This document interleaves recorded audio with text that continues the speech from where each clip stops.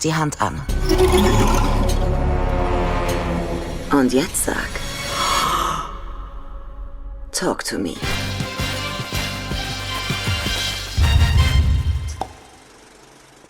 Wie geht's? Einen wunderschönen guten Tag, meine sehr verehrten Damen und Herren. Ich sitze hier auf der Berlinale, im Berlinale Palast, um mit zwei ganz besonderen Menschen zu reden. Danny and Michael Philippou. Yeah. Okay. So, guys. Die beiden haben einen Film gemacht. Er heißt Talk to Me.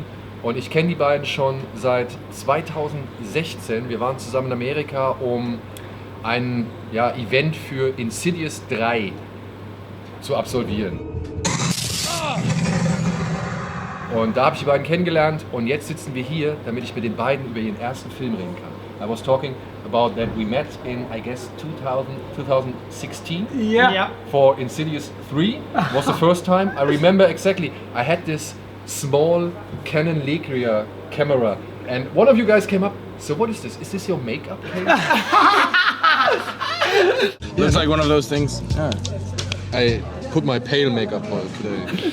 And I'm so happy because I remember we were there for the event, sure, but you also told me then that you will meet some producers or some studios to talk about possibilities and what they...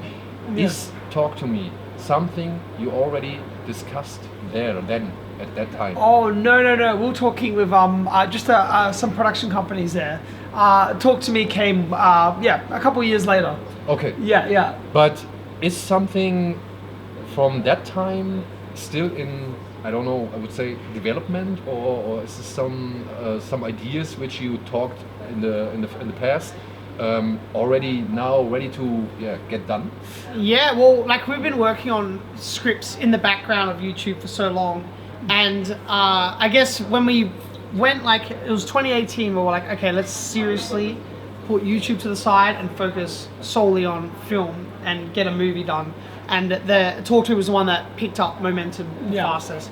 But I think even when we were speaking, there's elements of like characters and stuff like that are in Talk to Me that what we're working on in 2016, you know, we kind of cannibalized. So there's lots of stuff from all different times, you know, put in there. But I'm so glad we're doing this because we always said we're going to do this in our first film, and then we get to do it here at the Berlinale. Yeah. But before we go into Talk to Me or deep into Talk to Me, I would like to know, we talked about a lot of movies and I saw a lot of your videos from the RACKARACKA channel, and it seems you have a big interest in mainstream movies, in blockbuster movies. I showed my son the clip of Harry Potter fighting against Luke Skywalker. Oh, sweet! And he really loved it. He was very excited. He went, oh man, they destroy his whole. That's awesome.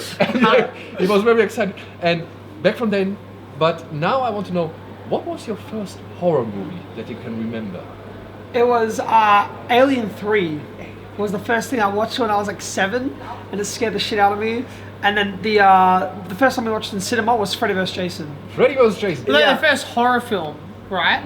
Yeah. Because like, normal film was, the first film I watched in cinema was Toy Story.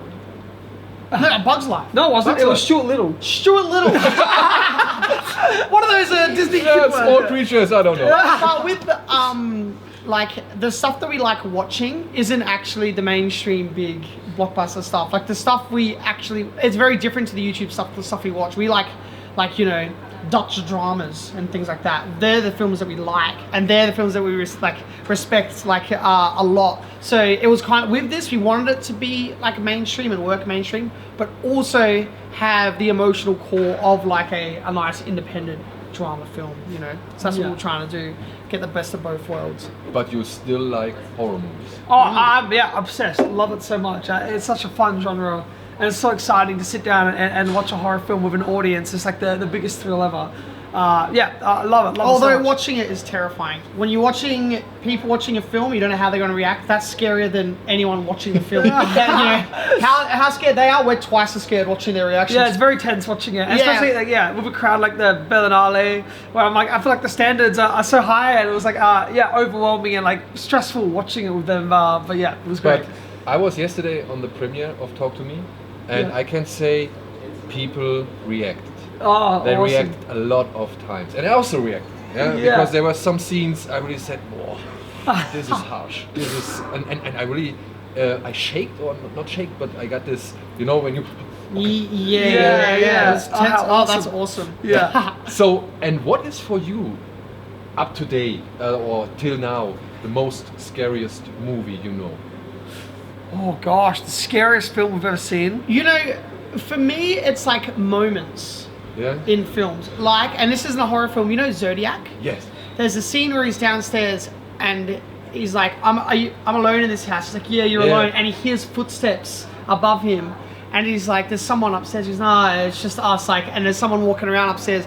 Like, stuff like that. I remember like moments and scenes that are so terrifying that stick with me. I think then overall, like really scary. Is there one that sticks out to you? Well, yeah, like it's such a cliched answer, but like of its time, you know, The Exorcist playing everything as real as it played it, like felt so scary. Where the characters felt so real, and it wasn't just like, oh, they're possessed. Oh, quickly get the Exorcist. Like build up to being desperate enough to approach an Exorcist. Yeah, and like yeah. It's like, this isn't it. She's got this, you know. Look, they're trying to figure out what it is, like rationally, what it is. Yeah. And it isn't until like kind of like midway onwards when it really, you know, leans into the whole devil and exorcism stuff. And like horror is always the scariest if you're in love with the characters and you believe the characters and you're on side with the characters. That's why we wanted the film to work on the drama level, to be like for the audience to be invested in the characters, and so that when you know the horror stuff starts happening, you don't want the characters to be hurt, or like you want them to be okay. Yeah, but sometimes it's okay if you want them to be hurt or to get hurt. Oh yeah, well, that's some of the fun of like an exploitation film where they like make a bunch of characters you hate, and you're like, I cannot wait to see this person So die. you couldn't wait for Riley to smash. Oh no! I didn't know that. I didn't expect that Riley smashed so hard his head against the table. Was this a spoiler interview? Oh, I wouldn't say this is. I wouldn't say this is a spoiler. It's a scene, and everyone can be excited about seeing this, because I never saw such a brutal and hard situation from a small guy or a child, you know. Yeah. And I was very surprised. How hard it worked out in the movie at least. Yeah, I think that we didn't want to be like, you know, violent for violence sake throughout the whole film, and it's like having those moments when there is violence. I think it is visceral and shocking and harsh, but also not, you know, glorify the violence. Yeah, glorify we didn't want it to feel like an exploitation film. Yeah, we wanted it to be deserved, but when it happens, it's like the same sort of thing. Like when it happens, it's like, oh shit, you know the risks of doing this stuff because you see the harsh reality of, you know, what they're dealing with. Yeah. But this is one question I have.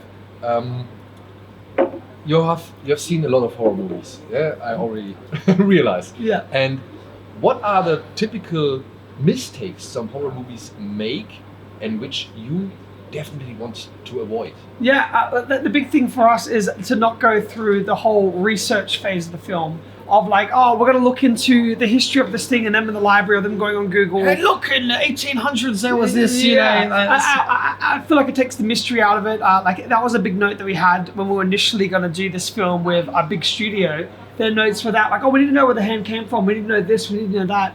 And like, I always wanted the kids to be in over their heads, not understand what they're dealing with, and be completely overwhelmed. So that's like that. Like whenever they go into the research phase in the film, I sort of switch off. I'm like, oh god, skip, come on. That's So like in Talk to Me, like I just wanted to make sure that like there's hints there, and they're like discussing it between themselves, like where they think it might have come from. But like it's more hints at that as opposed to like us outwardly saying this is who this is, and this is what this is, and this is what that is. We have a 30-page like mythos document, but the kids don't need to know that, you know. Maybe in the sequel we'll do the library scene. Yeah, there's, I would say, some small scene which reminds a little bit of this research thing horror movies do a lot. This was the scene where they are in the bus and getting or trying to find the brother of the first victim we see in the movie. And I guess this was some kind of explanation, but it wasn't that much. So the mystery it keeps alive. So the mystery keeps unclear, and I think it's very, very enjoyable to not get any information or every information. So there is no one who sits down in his basement and knows everything. And this is something I really like. They're all guessing, and that's the scariest stuff when there is something unknown like that, as opposed to having all the answers. It's creepier. Yeah. Did you ever watch the TV show Lost? Yes. That had the best like mystery element where you're like, what the hell's going on? Like, the first couple of seasons at least, where like there was something about like the unknown that was scarier than when you find out what it is, it wasn't as good. The unknown is always scarier than the known. So I really appreciate if you left some informations for the fantasy or for the head of the viewer. So I'm really on your side in this. But you came from YouTube, and I know there are some difference between making a YouTube clip and making a real movie. Was it hard for you, or how hard was it to fill 90 minutes or 100 minutes with information, with content, with I don't know, a plot instead of a YouTube clip? It was heaven to be able to express ourselves that way. Like the YouTube stuff, we were never able to really go into like character arc, so we were never able to follow like a proper plot. Like it was always like short and sharp and like to the point. Where like I never felt like I was able to fully express myself. Whereas the film was the first time it felt like this is my art, and I'm able to like tell a story that I really want to tell, and not be worried about having to grab people's attention every second. Like I love being able to immerse ourselves and tell like a bigger story. So there's no 3-dimensional characters in Nerf Battle 4 on channels. I don't remember making that video. That's always the stuff that we wanted to do. It's like that stuff we've always like. We have so many stories and characters and things you want to explore. YouTube's not really the place to do it. So well, for our channel anyway, like it could be for other people's channel, but for us, like I was always scared of it, and so it felt good. It felt like I was ready, and I was like really wanted to go there and tell the story. So like it was awesome. But have there been some ideas you really wanted to do more, but have to realize or end up being too unrealistic? Well, there was a scene that we knew was too far. There was like when there's a certain scene where you see glimpses of like a situation, and that was like a longer sequence, and it felt like it was a bit crossing a line too much, so we sort of pulled it back and let there just be like little images and glimpses. If you of go frame by frame in a certain scene, you see some very horrific images, but you have to go frame by frame. It's hidden there. Okay, without any spoilers, but are we talking about the scene which reminded me on Event-Reise? Yes. Maybe potentially, potentially. Hey, man, guys, this also very, very intense moment. I really liked it. I was, wow, shit. I want to see more, but I also appreciate not to see more, because then my fantasy can go on and on and on and on, and think about, what could this be? Where could this be? And how could this, I would say, live be in this stadium? So it's very, very good. I'm enjoying it. If I remember it correctly, I don't know which one of you guys told me, but you guys told me that you were, for example, when you did mostly the RACKARACKA stuff, you also worked for some movie productions. You were drivers for the Babadook, if I remember correctly. So before YouTube, we worked on film crews, and like, so we did, production running, grip, stunt work, on just films. We just always wanted to be on set, and I did a lot of shoots for free in the beginning. I'll do it, like I just wanted to be on set. So I did like 4 or 5 movies completely for free, like the whole shoot, and offered to drive people and that. And then the producer, like there was one that I worked with a few times, her name was Julie Byrne.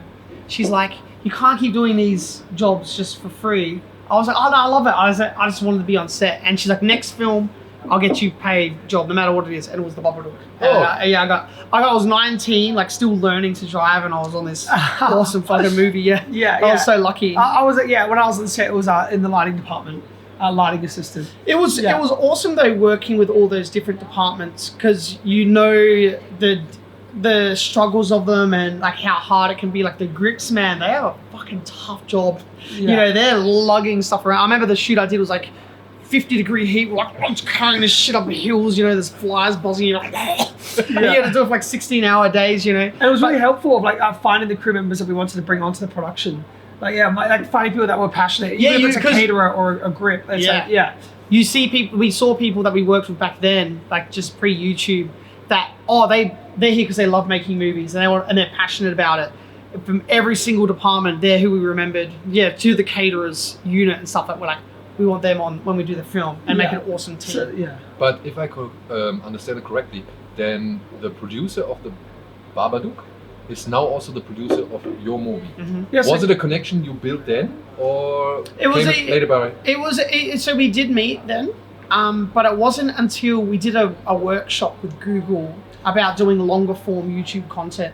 So we were doing a script, and Samantha Jennings, who's part of Causeway, she was like our script editor and like gave us notes, and we really vibed with her, and we're like, loved talking to her, and like, so when we were doing this movie, we're like, it'd be awesome to do it with them, because there's someone that she was there the entire time on set. She gave amazing feedback. You trust her feedback, and she was there every step of the way. Like, Yeah, she was the best person to lean on, and it was like a strong producer is so pivotal. And like when she delivered bad news, it didn't feel like bad news, and she always felt like But Sam's calling. You want to talk to her? Yeah, you really want to talk to her. I find her like so amazing and creative and inspiring, and we love passionate. having her. Yeah. So like when we have to reinvest all our fees into the film, she reinvested all her fees into the film. So it's not like, we're here for the money, we're here for, like, we're all there because we love the project and we wanted it to come to life. And she was the coolest person to have on set. So you wrote the script in 2018. Yes? So I ended 2018 and finished in start of 2019. And when was it clear that this one will be really a feature film? Yeah, it was like I started writing and couldn't stop, and I had 80 pages within 12 days, and like I loved it so much. Then passed it over to my co-writer, and he helped developing it, structuring it, and putting it together. It was pretty clear, like it came so naturally. Well, and, also because we moved to America, 2019, because we're like, okay, it's going to take us a few years to like sell this script and develop it. But it gained interest really quickly in like Hollywood. There was like people interested. Well, no, I don't know what you're talking about. No, like all the studios said no. but the script had interest. Oh, yeah, they were was, interested in the They were script, interested in the script. But everyone did say no, and then like Causeway said yes. We sent it back to Causeway, and Causeway had said yes, and then so we like. But there was a studio attached. There was, the second time we went to So what are Hollywood. you talking about? Yeah. Michael's memory's a little hazy. He's taking too many hits to the head. But it was like it felt like the right film to make, and it was even though there wasn't like people like, let's make it. There was this talk about the script, but the biggest question was, can YouTubers direct it? That was the biggest question. Yeah. And that's what was awesome about Sam and that team, like trusting us. Like they entrusted so much stuff. Like they have, So it felt really good to be able to trust it and like prove. Yeah, we have to prove ourselves, And even some of the new crew members were a bit like, YouTubers are making a movie, like and then so like there was like a stigma. Other did it before and it doesn't work out. That well. Yeah, it's happened a bunch of times where it's But we never went into YouTube wanting to be YouTubers. We uploaded stuff like just for fun because we always just want to be making stuff. And we're uploading like fake fails to YouTube. To Facebook, and they were going viral, and they were ending up on like Jimmy Kimmel, Conan O'Brien, all these talk shows, and people were saying that they were making these clips. So we made the YouTube channel to say, we're the ones making these clips, but it was never something we're like, we're going to be YouTubers. But it was the best way to like practice every part of the craft and like build up to doing a film. Like it was always the goal of like YouTube, our overall goal was film and television. So we wanted to be that before YouTubers. So. Yeah. But it seems you're very. Yeah, you're connecting a lot of each other. Yeah, you seem to be on the same level. Yeah. Have there any disagreements? Like just then we did. Yeah. I nearly bought. For example, just for that everyone knows, when we talk about Sam, we're talking about Sam Raimi, the director of. No, Samantha Jennings. Okay. Producer of Talk to Me. She works for Causeway Films. Okay. Babadook. Yeah. Then because Sam Raimi was later in the picture. But he called you up.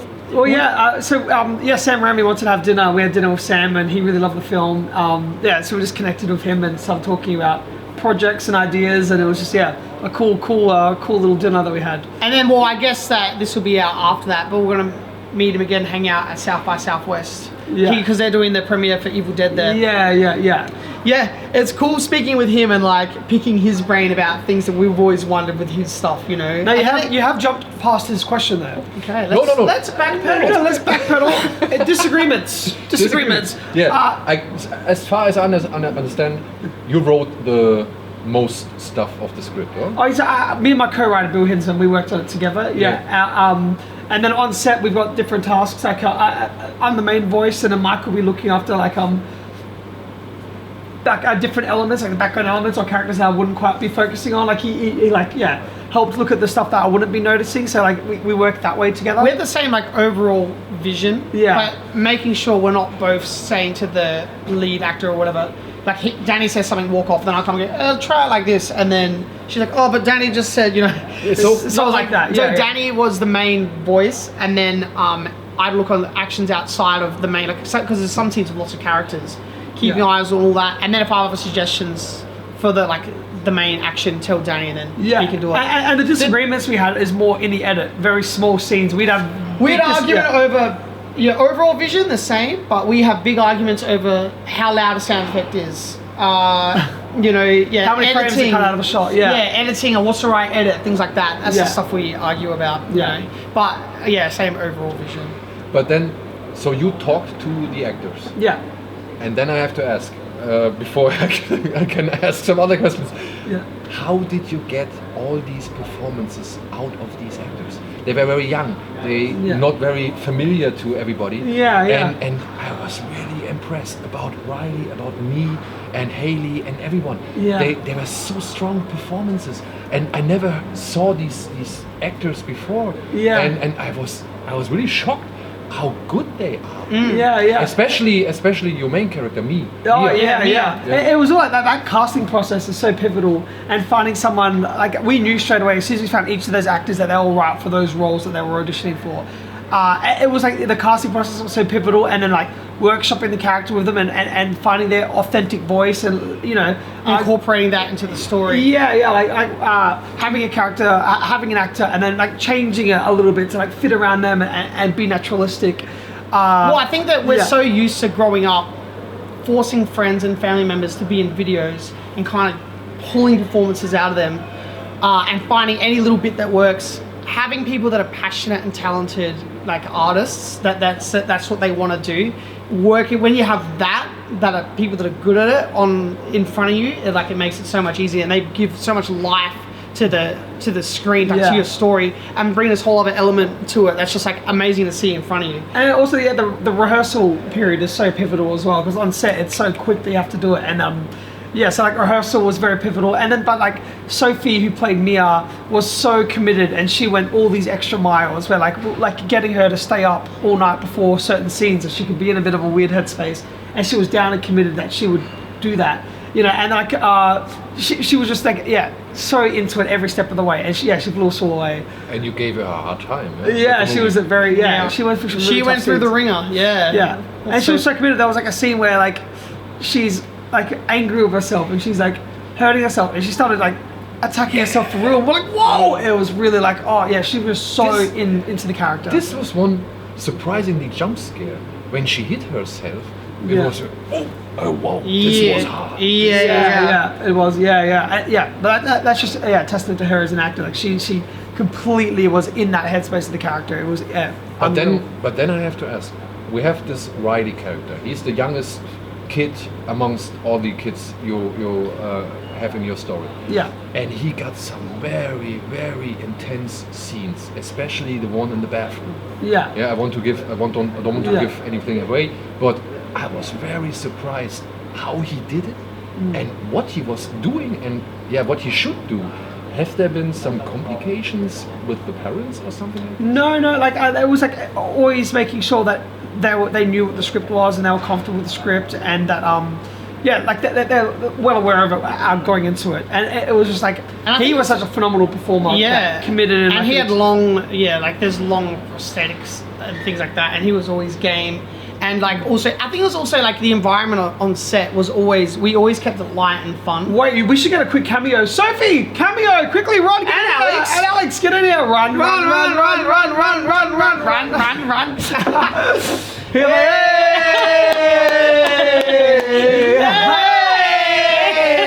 Mia and Jade. Here they are, everyone. We were just talking about you guys up. I'm feeling Yes. This is sweet. Yeah, I told him that I was very impressed about your performance because I guess it was a hard time to get everything in your head and to express it for the viewers who didn't know what is inside you or what went through your head. And I was really impressed because I think there were some hard scenes. He actually said he hated it. No. Okay. Thank you. No. That's so sweet of you to say. I mean, yeah, there's a lot of trauma. But have there been some instructions, I would say, you cannot understand? You have trouble with understanding what they want? Yeah, I feel like sometimes. I mean, but I guess that's like always kind of the nature of the director-actor relationship. It's like figuring out how to communicate with each other and interpret what each other wants and needs at the moment. And then but we had it was that rehearsal process and going through the script and then like going through beat by beat and ironing that out was like a big part of the process. It was like going through every page together and talking about every line and every like thing. Where it was like have to iron it out and then learning to work with each other and finding how to And I think each actor does things like differently, like the way they get into headspaces. Like I remember Alex saying, "Is there any poems or pictures that you like want me? I can draw inspiration from?" And I found that fascinating. I was like, "Oh, it's like an interesting way. Like that's not the way Joe does it. He doesn't read a poem and get inspiration from." It's like each actor's different fun. Are you insulting Alex? No, I love it. What is this poetry? What's poetry? What was the poem? But speaking about, I would say some weird scenes.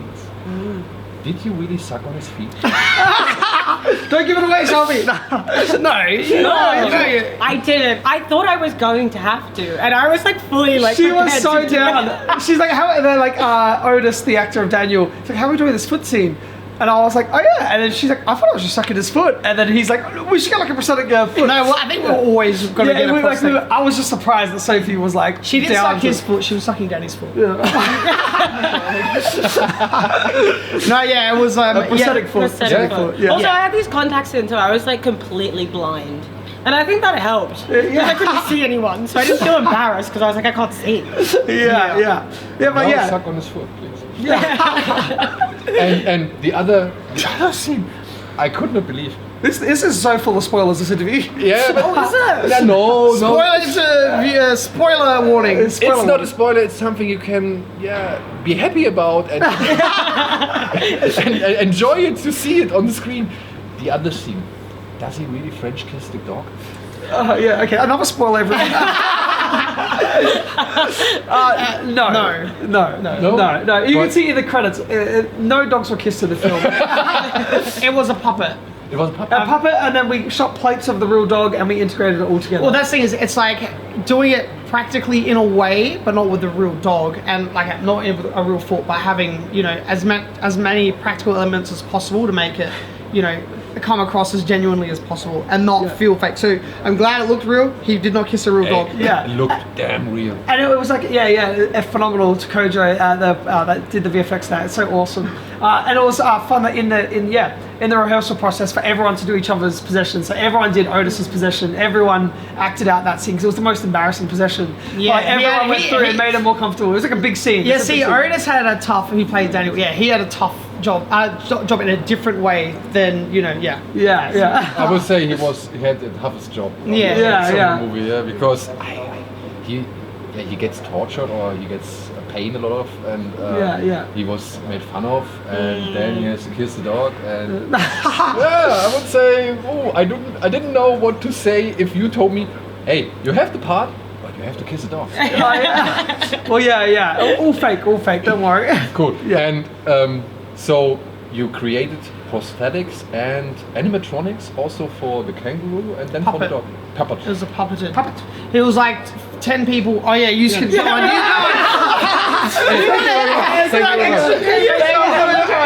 You guys sit there awkwardly while we talk.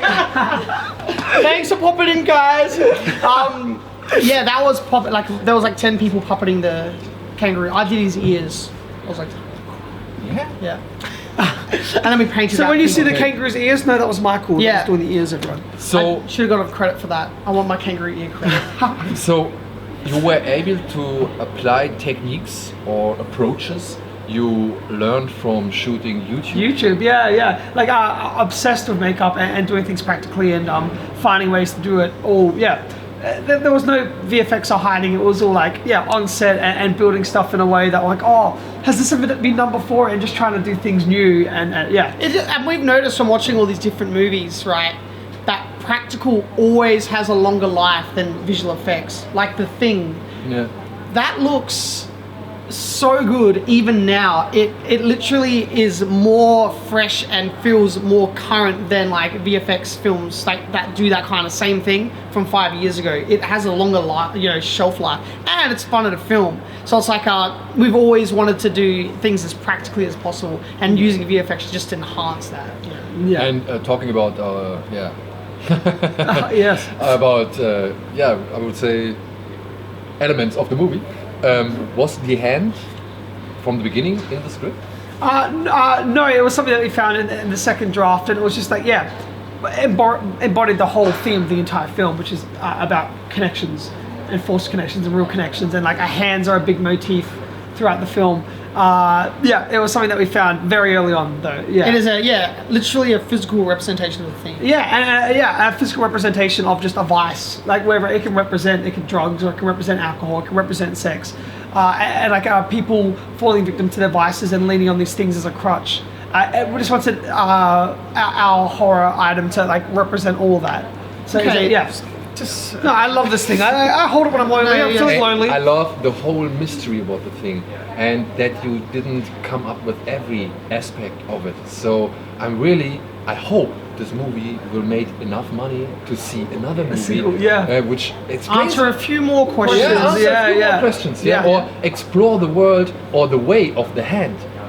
Because at the end of the movie, you give us a glimpse of what could happen or what already happened or what is about another aspect about the hand, and I'm really excited to see another story about the hand.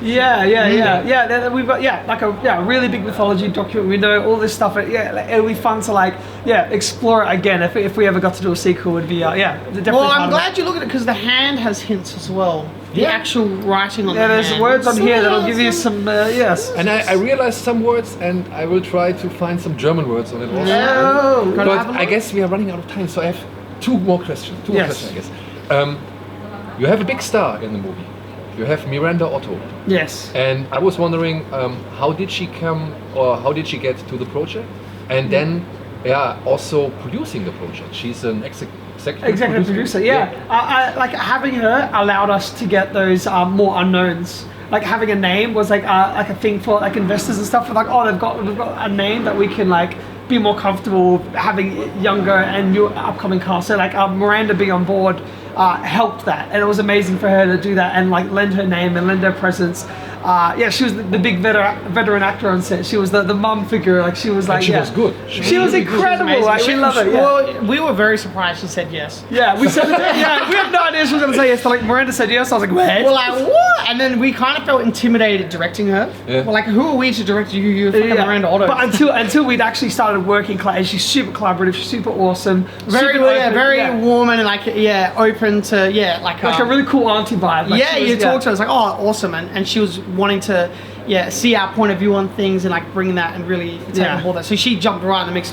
We loved having her on set. Yeah, we love you, Miranda. Love you, Miranda. Very good performance. And the other thing I wanted to know, it's a little bit serious, I guess. Watching the film and realizing, okay, they dealing with some mythical or some, I don't know, superstitious elements and try to have fun of something dangerous. I also realized, hey, this movie is also a little bit about depression. And what was your thinking, letting the depression theme go into the script? It's like every part of the film I tried to write things that scared me or that bothered me or things that I was insecure about or I had dealt with, like any fear that I had at any part of my life I put into the film.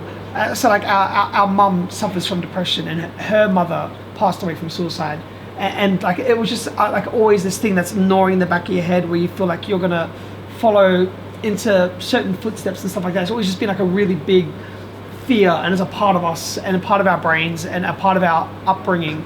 So like it was just like tapping into that and being able to express it. It was just being open and vulnerable and personal and just expressing it. It was just like a part of us and wanted to be part of it. And I think this makes the story about Mia even harder. Yeah. To realize at the end, oh man, she was alone all the way. And try to connect, try to fit in, try to get rid of the past, and then I would say the outcome for her being being a more social, being a little more social and try to fit in. Yeah. But there's like those connections. She was running away from like the natural connection with her father, and like it was about them fixing their relationship is like the biggest thing. It's like embrace the natural connections, embrace the people that are around you and that love you and support you, and don't always try to run away from your problems and fall back on vices. Like rely on your family and rely on your friends. Like that was just a big thing. It was like her and her father's relationship that he needed to be honest with her and she needed to open herself up to him, and like they never shared the frame properly in our film. And that was like a subtextual thing as well, and I just wanted that to be one of those connections that just was not, even when he's trying to talk to her and she's got the tap on while he's speaking, they're just not on the same wavelength, and they had to like match and find each other, and like that was, like, and it's a poor, heartbreaking character, Mia, just being stripped of every ounce of intimacy, from everyone. Like it's and Sophie just played it flawlessly, amazing. And nobody's coming, so we'll keep going. What was the hardest sequence to shoot? I would say, for my expression, for my viewing, it was the first scene, the one shot. No, the harder one than that was the one shot in the hospital towards the end of the film. There was one shot. That was the hardest one. This was because suddenly there was a wall, and then you put the camera back, and then the wall was gone, and I think it was also very complicated. It was like a timing thing, and there was like so much was happening, and there was like lighting cues that we needed to do, and some lights weren't working, and all this sort of stuff. Like that was the one time. And it was like when you're getting overtime, because once you start ticking into overtime, it starts, the pressure is on, and that time and the last sequence, because that was the last thing. The opening was the very last shot of the film, and it was the very last thing that we shot. And getting that right with that many people was difficult. So when we finally got it at 5 a.m. in the morning, everyone interrupted. How many times do you have to repeat it? Or? 10 takes. 10 takes. We had 10 broken doors. 10 doors, 10 takes, and it was Great scene. But also the last sequence was also in the hospital. Very awesome. Impressive. Yeah, thank you so much. Yeah. And then this was for me something I thought by myself. Yeah, man, I saw their YouTube videos and they were extraordinary. They had a lot of special effects in it and it looked really good. And now to see, hey, they do something for the big screen and this looks exactly like something they did for the small screen in this kind of professionality and quality. So cool. Awesome. Thank you for talking with us. And I'm really so happy. We talked about, hey, you want to do some movies, you want to get in the business, and now we're sitting here. And talking about your movie. So cool. I love it, man. Thank you very much. So much. Hey, thank you very much. Thank you. Biggest pleasure. It's super. It's enough. But one last question: is there any movie you will always disagree on each other? Whoa. What's one that you liked, I liked that you didn't? Mouse Hunt.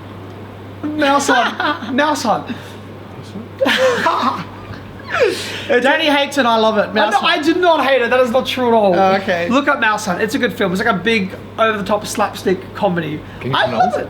Mouse Hunt. Mouse Hunt. From Gore Verbinski. Yeah. Is that what it's from? Yeah.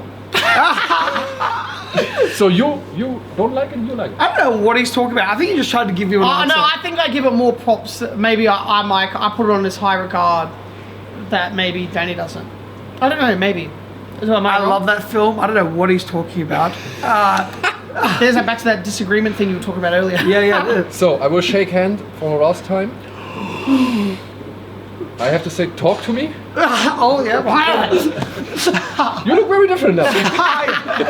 Hey, thank you guys very much. Awesome, man. Thank you very much. I hope to see you again. Yeah. Next movie. We'll do it again. Cool. Talk to me, turn. Vielen Dank fürs Zuschauen. Bis zum nächsten Mal. Danny, Michael Philippou. Peace. See you later. Oh my god. No.